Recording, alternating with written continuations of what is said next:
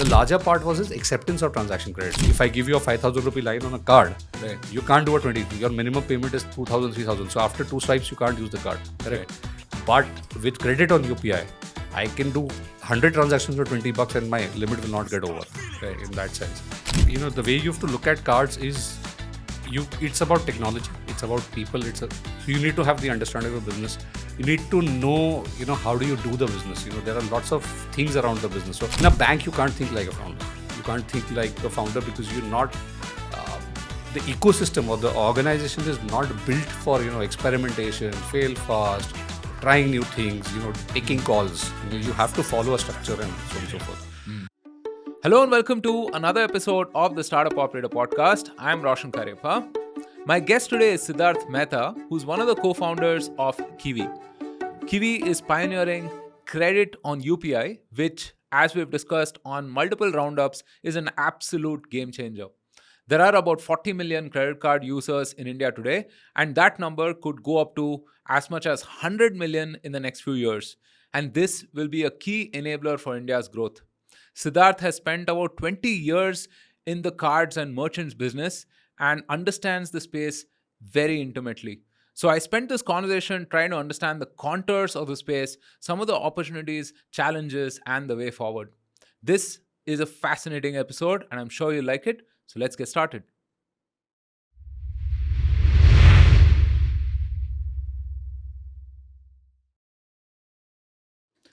Hey Siddharth, welcome to the Startup Operator Podcast. Thank you so much for making the time. Thanks, Roshan. Thanks for having me here. One of my first few, or I think the second podcast that I'm doing. So, Oh, fantastic. Yeah. And not in Kiwi, but as a lifetime. So hopefully this works out well. Oh, I'm sure. I mean, you have a very interesting experience, and I'm also looking forward to learning more about Kiwi and how it's impacting, credit access in India, right? But let's get back to your experience. I mean, you've been a CEO and a founder. Now, those are two different roles that people often conflate, right? I want to talk through the nuances of each of them, right? So, how is your life different today as co-founder at Kiwi versus earlier as CEO of FreeCharge? So that's interesting, Roshan, and I'll sort of step a little back on how I became CEO of FreeCharge, and it's a freak accident, let me put it that way. So I was with Axis Bank around 2015, running different products and so on and so forth. And in 2017, Axis Bank bought FreeCharge from Snapdeal. It was a slump sale, and things were there. And my boss in Axis Bank moved as the CEO of FreeCharge. He was looking for people, and I was also in the mood saying that, okay, let's do something different. The startup ecosystem had started growing at that point of time, almost by 17, things had looked good. There was a lot of stuff going on in the payment space, and FreeCharge was in the payments business. Right. And I've spent almost 20 years of my life in payments. I've largely done either on the merchants or on the merchant side and the other side. I've done all kinds. I've done prepaid. I've done Metro. We were Axis, and I ran the project. Was the first bank to actually launch a Metro card with Kochi, the full fare collection system, the gates, QR-based payments, everything. Wow. So done that. So he asked me. I said, okay, let's take that risk and get into FreeCharge. We moved into FreeCharge, and there was a change in management at Axis at that point of time. Shikha moved out, Amitabh came in. This was 18, 19. I moved in June 18, and I joined as CBO. First cultural shock. You come from a bank, you're used to wearing shirts, formal shirts, pants, and you suddenly walk into an office with a jacket for shirt and pants. You suddenly realize people are in a different dressing. So I had to actually do an overhaul of my wardrobe, because is not used to jeans. I used to hate jeans. right. Yeah, now I can't. I mean, it doesn't suit the weather also. I mean, if you I think it's not about that. It's just generally I didn't like. And now for the last, I think, 5-7 years. So how the accident happened is Sangram decided to move out in 19. And I was there. I had moved from Axis Bank, and they wanted somebody from the bank to sort of run FreeCharge, because it was too early for the bank had bought in cultural freight, get it there. So they asked me saying, will you do it? I said, why not? You're getting a stamp on your resume as a CEO. And that's how I became a CEO of FreeCharge. I became in August 19, and COVID happened in 20. So it was not a great start. Right. We were actually rebuilding ourselves as an organization and so on and so forth. So, for the first few, I think 1.5 years, with the COVID period, it was more about managing your people, managing the expectations, managing the worries, because, COVID had its own issues around Yeah. it, mindset of people, health concerns, and so on and so forth. On the other side, also managing on what do you do with Freecharge. One of the things that the reason Axis bought it was not just run it as a payments company, but sort of relook at how do you sort of run Freecharge as an organization. What do you do with Freecharge? So at that time when you become a CEO, you have no experience of being a CEO. Being a leader in a large organization running one business, you have support systems to do everything else. You just need to focus on what you're doing. Right. When you become a CEO, and I'll come to the founder later, what's the difference is, you just cannot say that, okay, I'm just going to look at the business side. I don't care about everything else. You need to Right. worry about people. You need to worry about systems, processes, compliance. You need to worry about your parent, which is Axis Bank, because they need to be convinced that what you're doing is right. You need to worry about HR and so on and so forth. So actually, initially, it was a huge learning experience. Sometimes I used to think, saying, have I taken too much on my plate? Right. Being the number two, and sometime in 2021, somebody asked me, saying, how does it? If you're given a choice, do you want to be in the number one or the number two? I said the number two is the best. Yeah. You don't need to worry about the number. Everything is the number one's problem. The number two has to just sort of execute. Yeah. But what the difference between a CEO and founder is, and what I've learned, and obviously Freecharge helped me think how a founder thinks. In a bank, you can't think like a founder. You can't think like a founder because you're not. The ecosystem or the organization is not built for experimentation, fail fast, trying new things, taking calls. You have to follow a structure and so on and so forth. When I came to Freecharge, while the structures were there, because you're part of a large bank subsidiary, processes are there. There's a board. You have to sort of work with them and so on and so forth. But you largely become a person who has to guide and lead, and not a guy who sort of folds his sleeves and gets down with his hands dirty. That's what typically you have to sort of look at HR problems. You have to look at how do you sort of think of building learning and development for an organization and so on and so forth. So you get more into processes, you get more into the larger things. You don't get into the sort of nicks and knacks of how you run a business. As a founder, the difference is you're building an organization. You don't have an organization. You're building the organization grounds up. You need to get your hands dirty. You can't say that, okay, there is a guy who's going to look after this part of my business. There's a guy who's going to look after this part of my journey. You need to sort of learn yourself. You need to do things yourself. Doesn't mean that, you do everything yourself, but you need to get into things. You can't just, say that there's a customer problem, the customer service guy will handle it. Right. You also need to understand what the customer's problem is, because it eventually impacts your business, your product. Right. And your future. Let me put it that way. So that's the difference, that, a CEO typically will lead, guide, look at a lot of things together. As a founder, you're focused, and the CEO mostly will focus on the long term, medium to long term. As a founder, you're actually solving for the short term while you sort of build for the medium and long term. You sort of focus for now, you build for now, you look at what customers are saying, what feedback you're getting, how do you use it to optimize and make things better, life for. Parallelly, also ensure that your life for your employees is good and so on and so forth. And you also become responsible for the employees you're bringing, because they come because of you. Correct. Typically in a medium to large organization, they come because of the brand of the organization. Kiwi is not a brand as of now. People know about Kiwi, but it's not a brand. It's, can't compare it to Freecharge or Axis Bank. So when they come with trust. So you need to ensure that the trust resides and you help them grow. Right. That's the difference. Yeah, I mean, very interesting. I also feel like as CEOs, right? I mean, your imperative is predictability. As founders, your imperative is innovation, right? And that's a completely different mindset as well, right? And you're absolutely right. I mean, I think the brand versus the founder difference, right? I mean, while you're joining a brand in a mature setup, I mean, you're joining the founder really at a early stage startup and so on. You've spent about 20 years in the cards business, right? I mean, you mentioned on the merchant side and otherwise. I want you to give a lay of the land in terms of the opportunities and the challenges, because today, I mean, I think we have about 80 to 90 million users on the credit side. right? Which probably is about half of, let's say, debit cards and so on, right? People sometimes think it's the greatest opportunity that's going to happen, and some others think that, I mean, this will not be the same way that it grows in the US and elsewhere, right? Um, how do you see this landscape? And if you can give a 101 for someone who's listening to this. So interestingly, if you look at the cards business, and obviously there is credit, which is what the core to cards business is, because the debit is an add-on product to your savings account largely. Correct. How do you access money is what debit does.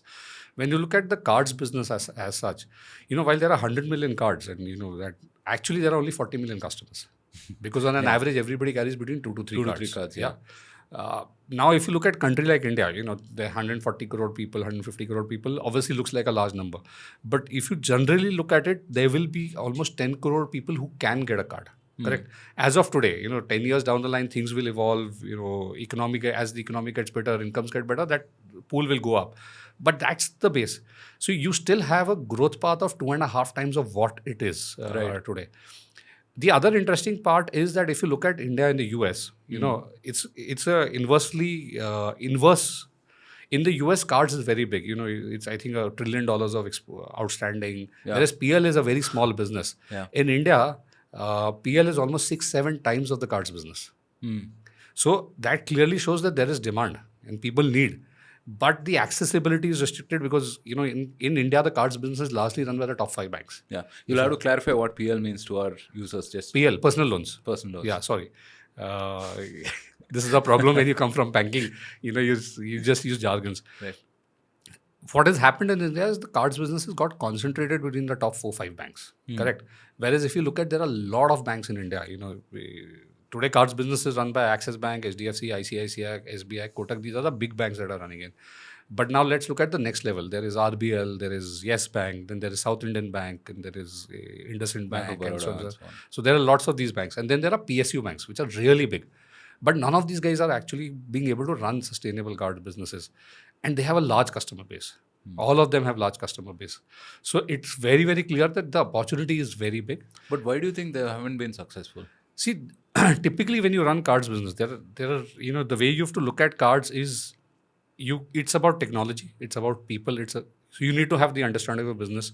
You need to know, how do you do the business? There are lots of things around the business. So giving the card, now when you want to give somebody a card, what do? You first check where the guy is coming from. Is he a self-employed, salaried? What does he do? What's the kind of income? Correct. Now, how do you assess income? In the traditional world, people could come and say, give me salary slips, give me ITR, and so on and so forth. Now, in the digital world, there's no salary slip ITR because, there's no way. So how do you assess income? The way you can assess income, most of the big banks, what they do is they look at the balance or the behavior you have with the bank. And that gives you a good idea. Regular credits, regular debits, where are you spending? You're spending on Amazon, this, that. That gives you a good idea on which you create saying that this guy is good now and his income looks decent. Let's give him a card. Correct. So that capability, typically the PSU banks and all never built because they didn't get that kind of people, that kind of thought processes, that kind of analytics capabilities. And the smaller banks didn't have that kind of customer basis to build on. But yeah, even the larger banks, right? What I notice is, look, I've been banking with ICICI for, I think, 16 years now, right? 15, 16 years. And I've been fairly diligent in terms of, keeping a decent amount in the bank balance and also paying off my whatever loan, this, that, everything, right? It always irks me that, I am treated as one of the, God knows, hundreds of or thousands of others that, bank with them, right? Why am I not given the credit of, being a long-time customer, being a loyal customer for so long, right? And having a decent amount in the bank.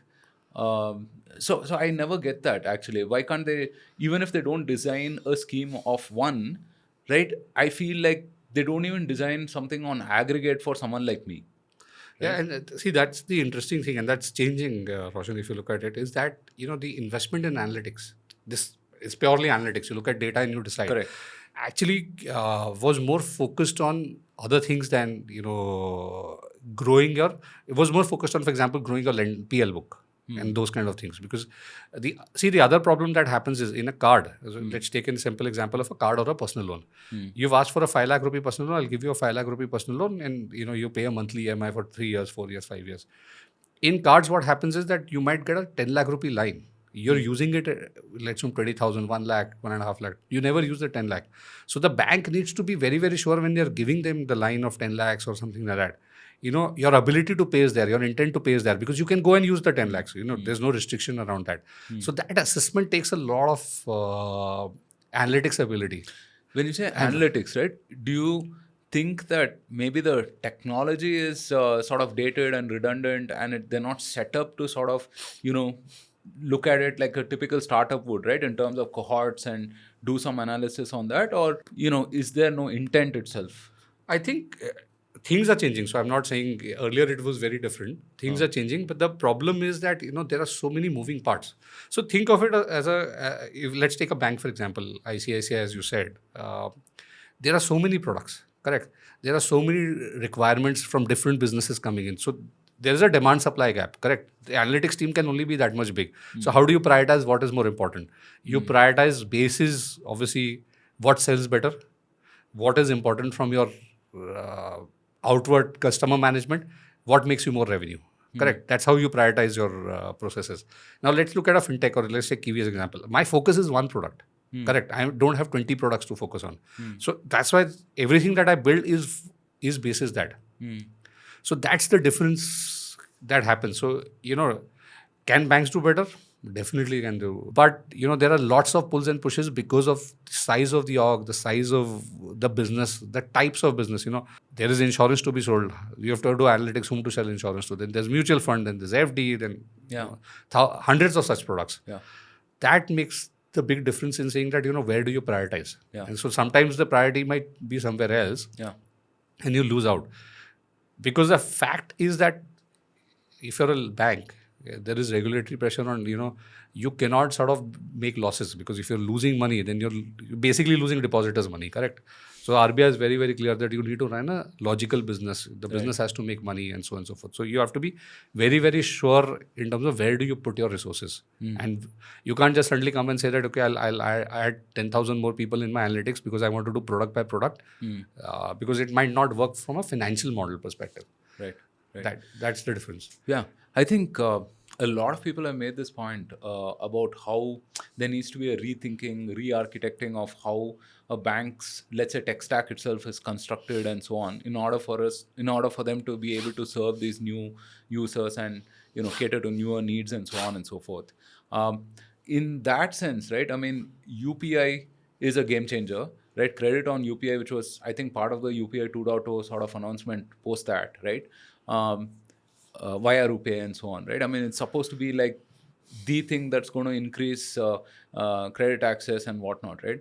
Now, again, all of us have superficial knowledge on, what it actually means and how much of a game changer it can be. So if you could really explain the significance of that, that'll be great. Yeah, so again, let's go back to the history of UPI. I think people could move money. There were 3-4 ways. Either there was cash, to move money, or there were cards, limited cards, and there were limited places where you could use it. Or the last was that if I'm making a payment, I transfer money through IMPS and so on and so forth. But doing that was so difficult because, if I have to transfer money to you, I need your bank account number, I need your IFSC, I need all that. And bank account numbers were not easy. They were 16 digit, 19 digit, 20 digit. So it's not something that you remember top of your mind. When UPI came in, interestingly, it just simplified the whole process, because there is your mobile number, add something. It's like your email ID becomes your handle. You will never forget that, correct? Right. Whatever that. But see, what has happened is, where is the money going out of? It's going out of a bank account of a bank. Right. But where is the customer doing a transaction? He's doing it on Google Pay, PhonePe, Paytm. I think what banks, and now banks are obviously far more agile, let me put it that way, they didn't take this seriously, and they didn't realize that, if they would have invested in this technology and they would have actually invested in customer experience, build their own apps, HDFC just rebranded a Pays app, and you see, they're pushing it very heavily. Possibly this business would have not gone out, and the banks would have learned from this and become more agile faster, because they would have learned that this adds value, correct? Consumers are with you, consumers are using you. When they start using you, you get that much more information post transaction. So UPI grew crazy. both on the consumer side, but also on the merchant side. Everywhere you want to do a 10 rupee transaction at a samosa guy, you can do it. You want to buy tea, you can do it now through UPI. You don't need to carry cash. Right. That's what UPI changed as an ecosystem. Both sides, the consumer side and the merchant side. Logically, you don't need to carry your wallet if you ask me. UPI solves for everything to that extent. Once UPI did this, which is got consumers into the habit, got merchants into the habit, saying that payments can happen digitally and money can flow digitally and so on and so forth. I think what NPCI, RBI realized, and this is my assumption, is that the other problem in India is transaction credit is not grown, and the only product on transaction credit was credit cards. Correct. What I mean by transaction credit is you're using a credit to make a payment. Correct. Right. To a merchant and so on and so forth. You're not taking a loan in your bank account, but you're actually paying the merchant directly using your credit to that extent. Was not growing in India. And there was people who wanted transaction credit, but the access was limited because banks were not able to sort of issue that many cards, but that was a small part of it. The larger part was its acceptance of transaction credit. So today, if you look at POS machines, and I don't know if people understand the machine on which you swipe your card or dip your card or tap your card, that penetration grew during Demon and that, but penetration of that and penetration of UPI's QRs is almost 10x. Correct. 10 times more. So 10 times more merchants accept UPI digital payments. Even if you look at the spend patterns that are changing on the online e-commerce side, UPI has now become 30-35% of the payment mode from consumer perspective. Right. So this is solved. Consumers know how to use it. People are accepting it, this, that. Now, this is the best time to actually get credit on this rails. Because once you get credit, so if, for example, Roshan is in Mysore, let me take an example, or sort of go further down in Coorg. Right. Let me take an example of Coorg. There are lots of small shops. They don't have the machine to take a card, but they will take it through UPI. Right. So a consumer who works in Coorg, correct, for him, there was no use of a card because he couldn't use it. Yeah. Now, if you give him credit on UPI, he can actually use that credit to make payments for his daily, vegetables, for his milk, for his, daily shopping, going out, everything. So that's the first ticker on why credit penetration will now grow in India, because you have an end use already there. So the infra is there for the end use. You don't need to build the end use infra. It's about now your ability to give that credit. Correct. My ability to see if I can make Roshan that line or the limit, I can give that credit line and all. That is what now everybody is looking at how to solve for. We in Kiwi are also focusing on that, is that how do we work with banks to solve that access. For example, we do only virtual cards. There's no physical card. So you can actually start with a 5,000 rupee credit line. Why do you want to do a 1 lakh rupee, 2 lakh rupee? Well, you give the 1 lakh, 2 lakh. But typically banks are not interested because you need to send a physical card. There's a cost of doing it. All that goes off. Correct. Management of the consumer becomes easier because everything is on the app. So your experience is fully digital because he's used to that. Right. So that is the reason that the credit penetration is bound to grow. Banks, fintechs are partnering together to ensure now this happens. Because at Kiwi, for example, we help banks ensure that consumers are choosing the credit card, because we are on credit card and credit card on UPI is what is scaled for now. Help banks ensure that, help consumers track their spends and everything, help consumers in their rewards experience and the whole end-to-end experience of how you manage your card. So today, for example, let's look at if Roshan wanted a card from ICICI. First thing is Roshan had to open an ICICI mobile app, apply for a card, correct? Then either somebody's coming to your home, somebody's calling you, you're completing the whole journey, you're getting a card. The card gets delivered at your house. The next step is Roshan now wants to use the card on UPI. And these are only RuPay cards that can be used. Roshan will then open a Google Pay, Phone Pay, first link a card, create an MPIN. Now Roshan has done that. Now he starts using it. He starts transacting. Now if he wants his card statement or his outstanding, he has to go back to ICICI's app and start looking at saying, what is my outstanding? How much have I spent? What is my bill due? When is my due date? And so on and so forth. Now Roshan wants to, see how many rewards has Roshan earned. And he wants to actually use the rewards. Again, he has to go some other platform of ICICI which will help him do the rewards program. And Roshan needs to make a repayment. Then again, he finds a place where he has to go. What we are doing is we are saying everything comes together on one place. So Roshan doesn't need to go anywhere. Once he comes here, he can do everything at one place. He doesn't need to go back to any other place to solve for this. Right. And once you start solving for this, and make it simplified and easy for the consumer will also start adopting it because he'll say, okay, I don't need to sort of, do so much of saying, for applying. And as you go to tier 2, tier 3, I have to go to the branch to apply. I have to, if I have a statement, I again go back to the branch saying I need a statement and so on and so forth. Right, right. So as a user, I can transact. I can, analyze any of these transactions, etc., and I can also get credit via the one interface that I'm using, basically. Also, so rewards. You can manage your rewards on the interface. You can manage your statement, whatever you transacted. You can manage your outstanding. You can make your repayments, everything on one interface. Right. You don't need to get out of the interface to do anything. Right. So, just taking a step back, right? I mean, there was a lot of promise on fintechs, when this whole thing started about, let's say, 10, 15 years back, right? And the entire thing was that, hey, fintechs will kill banks. And, you saw the optimism of that time, right? To now at a point where fintechs have become a layer on top of whatever the banking is, right? I mean, it's a front end per se, and sometimes it's like a customer acquisition for banks per se, right? I mean, do you see fintechs progressing beyond just being the tip of the spear for banks to actually becoming like, quasi banking entities and, being more than a front end, basically? So I look at it two parts here. You're right on the first part. See, the journey of fintech started saying that, we are sort of here to disrupt the ecosystem. Correct? That's how it is. And they, to some extent, they've done it. So let's take an example of, Paytm and that. UPI QR payments wouldn't have grown if people were not used to using Paytm wallet payments on QR. Yeah. Correct? Yeah. So that's where QR payments started with. So that was the disruption which led to this, what we are seeing on UPI. So fintechs have been innovative and have built disruptions in the market and built experiences and the behavior for users.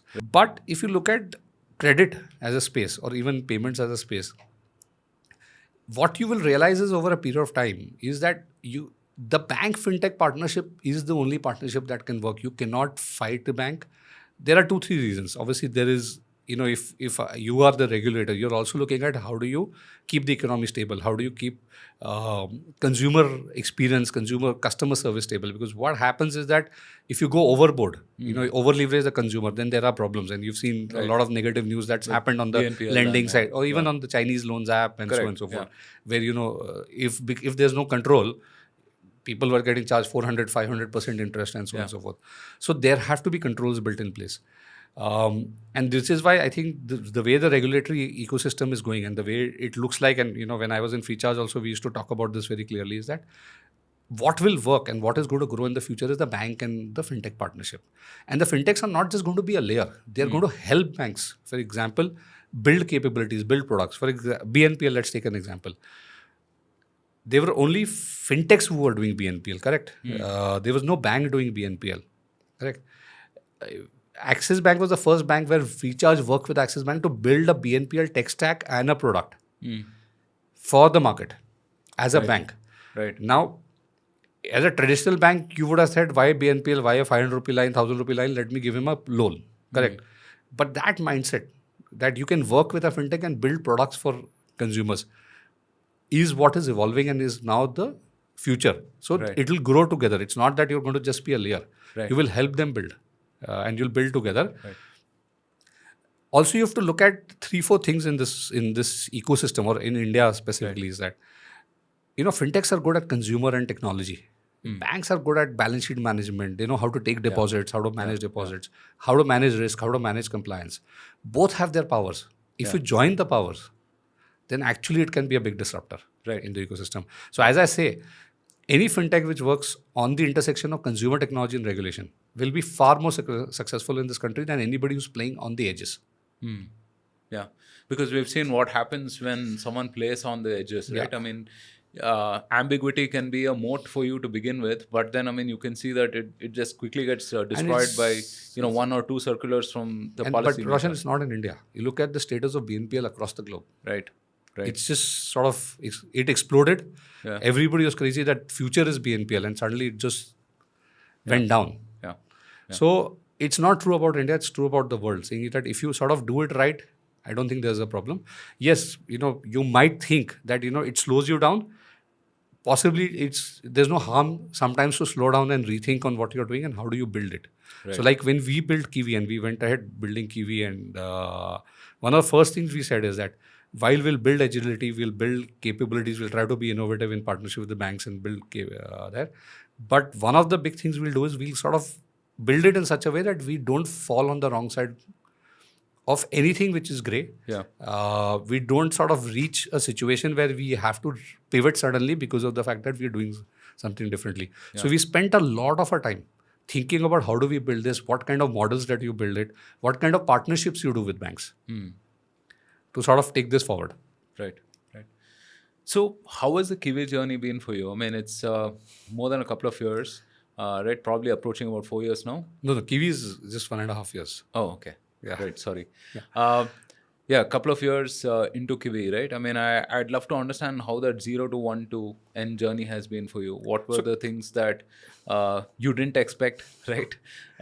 And yeah, I mean, any growth milestones that you can share? Yeah, so see, we are in the 0 to 1 journey. So obviously we're not there. We launched on June 30th. So we're just 8 months off from our product there. So the journey's been interesting. So one is how did Kiwi happen? Correct. Very logically for all of us. We are 3 founders. I, Mohit Bedi and Anup Agarwal. We're 3 founders. The common thread is Mohit Bedi for us. I knew Mohit Bedi from my Citibank days. We know each other for 17, 18 years. He knew Anup similarly. So I and Mohit were chatting saying, "Yeah, enough of this. Let's do something on our own." And we are reaching that age that after some time we'll get old and we'll not want to do something interesting because we sort of, I'm 45, he's 46. So, you reach that age where you're saying that, can you take the risk kind of thing. And Mohit and Anup were talking, and Anup was also saying that I want to move out of lazy pay and do something new. And we got together and we said, okay, let's see what we can do. And we started debating with ideas and so on and so forth. And then just before we thought we'll plunge, RBI came up with saying that you can now do credit card on UPI using RuPay cards. So we went and met NPCI. We met Dilip and we took his view saying how he's thinking about this. Because eventually UPI and RuPay is NPCI as the core. And you need to understand how they're thinking about this, how are they thinking about scale of this, because then you sort of build accordingly. We got a lot of positive feedback from him that he was very serious about this business because he also thought that credit penetration can grow with this. You can get into sachetization of products, so you don't need to give a 70,000-80,000 rupee credit limit. You can give a 1,000 rupee, 2,000, 3,000, and on UPI it works because you can make a 20 rupee payment. So today, if I give you a 5,000 rupee line on a card, you can't do a 20. Your minimum payment is 2,000, 3,000. So after 2 swipes, you can't use the card. Correct. But with credit on UPI, I can do 100 transactions for $20 and my limit will not get over. In that sense. So then we came back. We were also looking at the MSME side of it. Can we build a business around MSME lending? What we realized with my experience in Recharge, and we were doing some part of it there, was that it's a very people-intensive business, and it's not an easy business in that sense because your ability to assess an MSME is still actually not that great.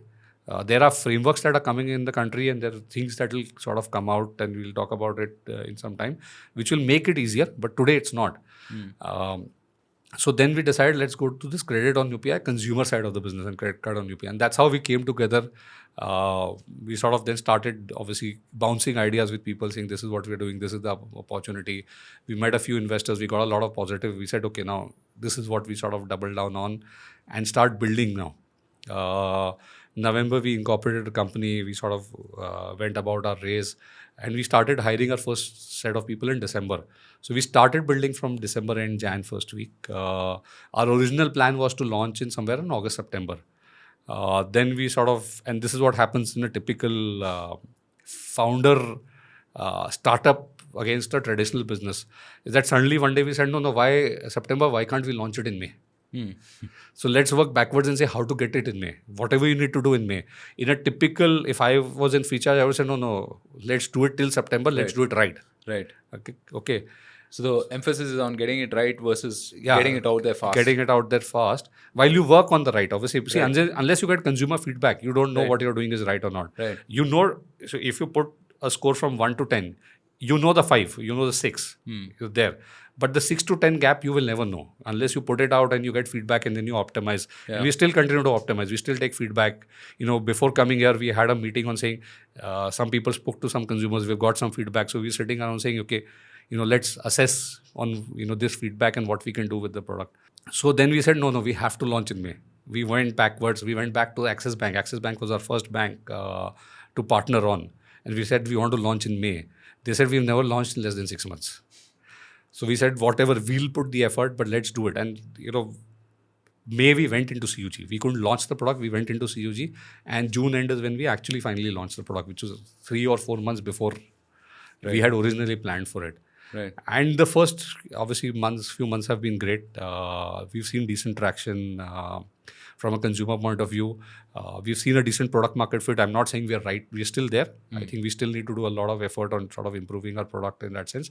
We have good product market fit. On an average, a consumer spending, doing 17, 18 transactions on credit, which a typical credit card is 5, 6 a month. We are seeing 17, 18 transactions.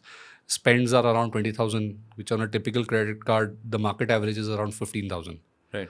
So we've that's a lot actually. Yeah. Because what's happened is that once you get into the behavior, you start doing that 20, 30, 40 rupee transactions, you've gone down, you've done, you get into the habit. So then the larger transactions also automatically move to this. So who are your typical users? So our target segment is anybody who's 28 to 40, largely. Largely salaried people and heavy UPI users. Because, if you look at the UPI market share, and just for some numbers, P2M, which is consumer to merchant payments or person to merchant payments, which is happening through savings account because credit has just come in, was almost 4 lakh crores. Wow. And credit card payments or people using credit card to pay merchants was 1,60,000 crores. So it's almost 2.5 times that share was there. So the idea was that if you're a heavy UPI user, why not take a credit card? Because one, you get credit, which is 50-day free, interest-free, and so on and so forth. 2, you get rewards. 3, things like it doesn't clog your statement. It makes life easier, those kind of things. You don't need to wait for the POS machine. You don't need to hand over the card to the thing. Everything is in your control. Right. So that was the idea. And, what we've seen is people who've sort of actually started using it have now sort of switched to saying, this is my core product. And UPI can kind of evolve into some kind of a personal finance app also, I feel, right? I mean, in terms of, okay, I know, all my spends at least, right? Versus, reading a bank statement today, which is, it's some alphanumeric code you're trying to figure, where, what, and how you so there are a lot of interesting things that will happen on the UPI rails, I think, over a period of time. So we are in the 0-1. We're not at the end. We hope in the next 2 years we reach somewhere there. But it's an interesting period. You're learning a lot. You're getting a lot of feedback, and you're actually iterating from a consumer perspective. Right. So you mentioned NPCI, and so I have to ask, right? What's it like working with those folks? I feel like they've been a complete, like a blessing for India, I should say, right? With everything that they've done on the payment infrastructure and everything. The Indian internet is monetizable only because of them, right? You're having these sachet kind of transactions. All of which we take for granted until we go out and see what the situation is, where you get like a bunch of change from your Starbucks or something, right? So what's it like working with NPCI?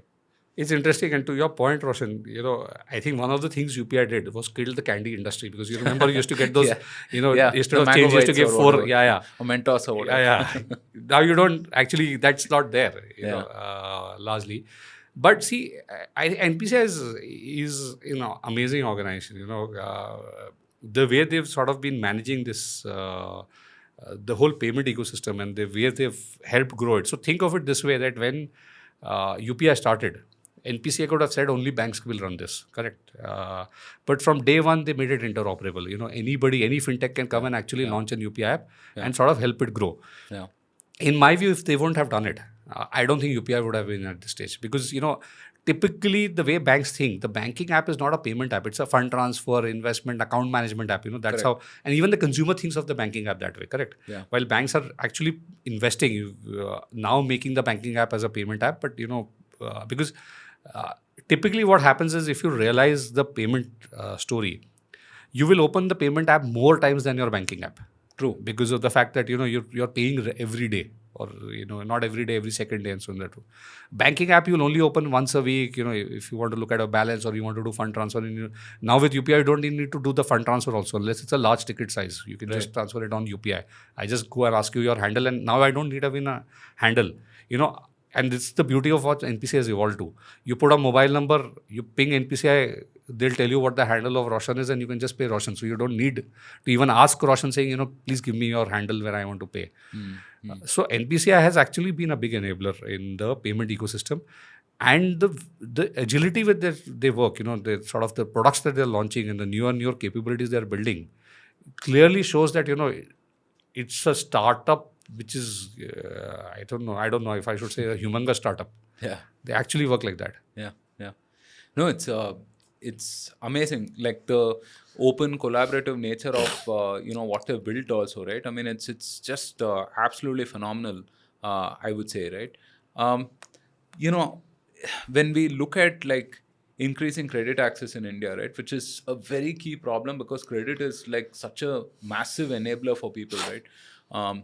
Whether it is your, kirana or, flower seller or whoever it is who needs maybe like a few $1,000 to manage cash flows and payment cycles, or whether it is someone who wants to set up a business and, doesn't have a factory or a machinery to show for collateral or whatever, right?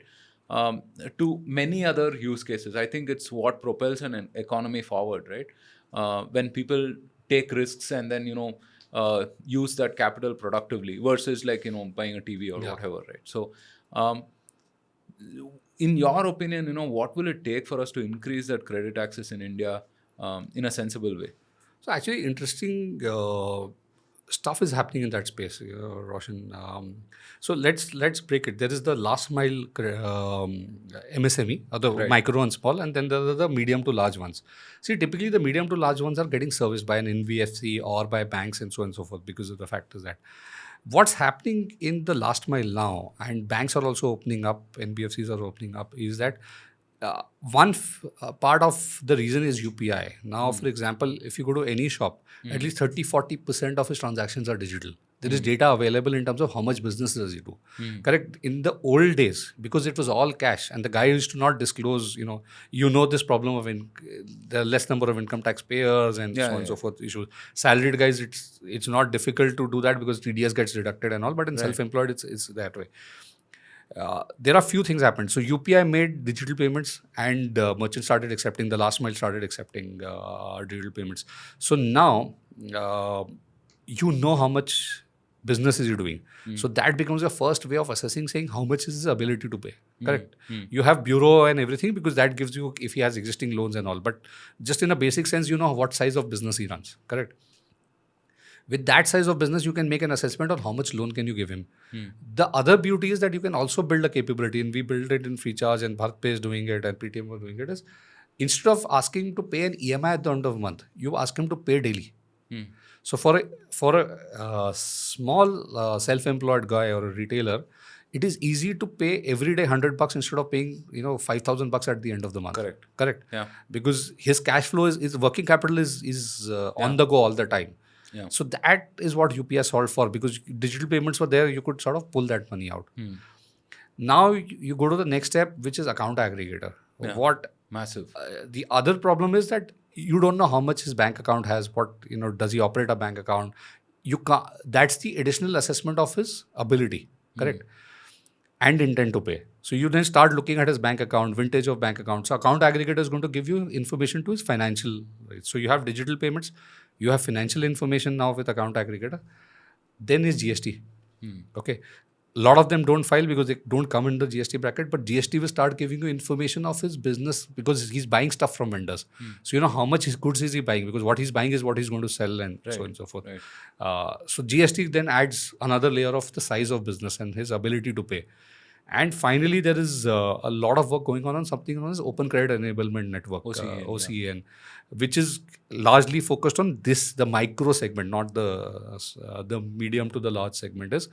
Is that you build a network where every day, you can come and say, I need 1,000 rupees today. Somebody on the network will ping your bank, check, how much balance is there, do a rough assessment, look at your digital transactions and say, okay, here is 1,000 rupees. for the day, and the end of day or next day morning, the bank can automatically pull that 1,000 rupees without doing anything. Right. Correct. Right. All this put together, in my view, is going to change that scale there.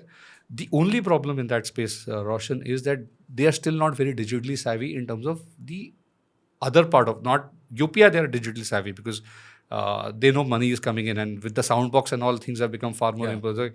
They know that the money is coming, Roshan is actually paid, and so on and so forth. But they're not digitally savvy for the whole experience end to end, which is going to be the challenge in that segment largely, because unless they get digitally savvy, this enablement will not lead to scale of credit. Correct. So the availability of credit will be there, but you'll not be able to scale because the guy, if you have to send a footfall, a guy Doesn't on the know foot, how to apply for a loan himself. one is apply. If as an organization or as a bank or an NBFC or whoever, a fintech, if I need to send somebody to get to a 20,000 rupee loan, my cost of acquisition will become crazy. Difficult. Yeah. Correct.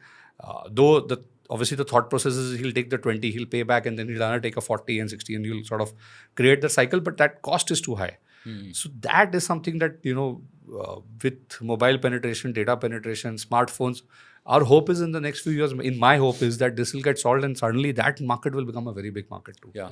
I think increasing adoption basically is the thing. I think it's also availability of credit. It's not just adoption. In my view, the availability of credit was not there it was there, but not from formal sources. It was informal. You go to a money lender, take at 30, 40, 50%, and so on and so forth. So it was an informal sources. Formal sources of availability of credit was not there. The availability problem is getting solved by all this. It's now his capability, let me put it that way, to sort of how do you avail that and access it. Yeah, I mean, certainly exciting times ahead on that front for sure, right? We're talking at a time when there's this whole massive drama that has unfolded between, Paytm and RBI, right? I mean, of course, things have reached some kind of a resolution at this point, at the time of our recording.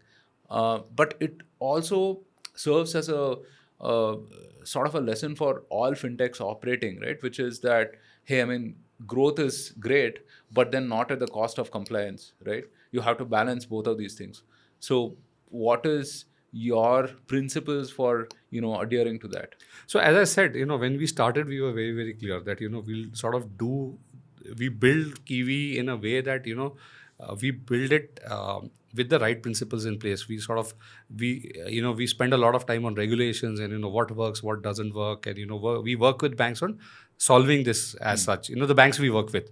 Right. So we were very clear principally saying that we will build it. It might be slow. You might not be able to go very aggressive. It's not that you can't grow. The speed can be there, but you'll build it right. So, you'll sort of solve for the right things instead of doing something and solving it later, because that can also hit you. So let's solve it as we build it. Right. And grow when you're sure about what you solved for. So that's what we've looked at. And secondly, as I said, the theory of consumer tech and regulation intersection, we spend a lot of time on that. A lot of our conversations are around that between all three of us as founders, saying that, okay, new regulations coming in, new things we are trying to do.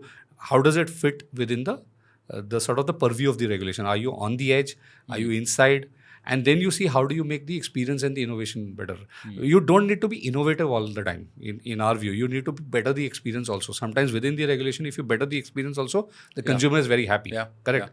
You don't need to make it innovative all the time. So you can focus on experience building while also saying that, how to make it better for the consumer. Right. So principally, we've taken that stand and we hope to hold it for a long time. Right. Where we sort of look at the other thing, Roshan, what happens is we work with banks. Right. And we don't work with general payments bank and all, because they're very small and they can't do lending and all. We are in the lending business. We work with banks and provide credit cards to consumers. When you look at it, the banks itself are also making sure that the partners are actually within the purview. Because of the fact is that eventually the flak is taken by the bank. The partner takes the flak is an indirect flak, because once the bank gets a flak, the obvious choice for the bank is to shut business with the partner before they sort of reassess everything. Right. So, working with banks also, what we've realized is that it's important to sort of ensure that you're within the purview of the regulations. It's not that you go crazy about the regulations, but you're within the purview, and within that you actually experiment, innovate, and make the experience better for the consumer. Right, right. Yeah, I mean, so this has been a fascinating conversation on a bunch of things, right? I mean, credit access, the card business, and so on. I think it gives a good sort of a understanding 101 for someone to look at the landscape and figure what the opportunities, challenges are, and perhaps hopefully they start up at some point as well, right, in this space. Before we let you go, what are you most excited for going forward? What's going to happen in the next year, 18 months? Yeah, so obviously, currently we are living and breathing Kiwi. Obviously, that's our life. I think what we are sort of largely focusing on also is now sort of scale of the business and grow this business as such. We've sort of, as I said, that while we've sort of in the 0 to 1 journey, our idea is to get to the 1 and then move from the 1 in the next 18 months in that aspect. Consumers are loving the product. But there are obviously things that we need to fix and get things right. So our idea is scale the business, scale our teams, and sort of make Kiwi a brand from a consumer point of view, where people say that if they want any credit card on UPI, they're coming to Kiwi, they're not going somewhere else. To that extent, that's our thought process.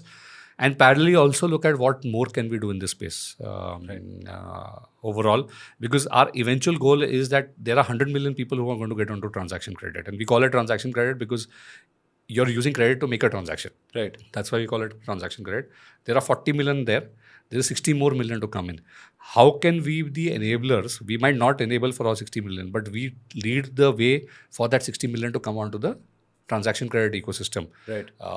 There will be multiple players, but we want to be sort of the beacon in that sense for solving for that. Right. Awesome. I mean, wish you all the best for everything that you have coming up, and hope to talk to you again, maybe, where you can share your growth journey and everything. Yeah, definitely, Osher. It was great being here, and hopefully people like what we did here. Awesome. All right, folks, thank you so much for joining us on this episode. If you like the content, don't forget to share and subscribe. I'll see you on another episode with another interesting story and another interesting founder.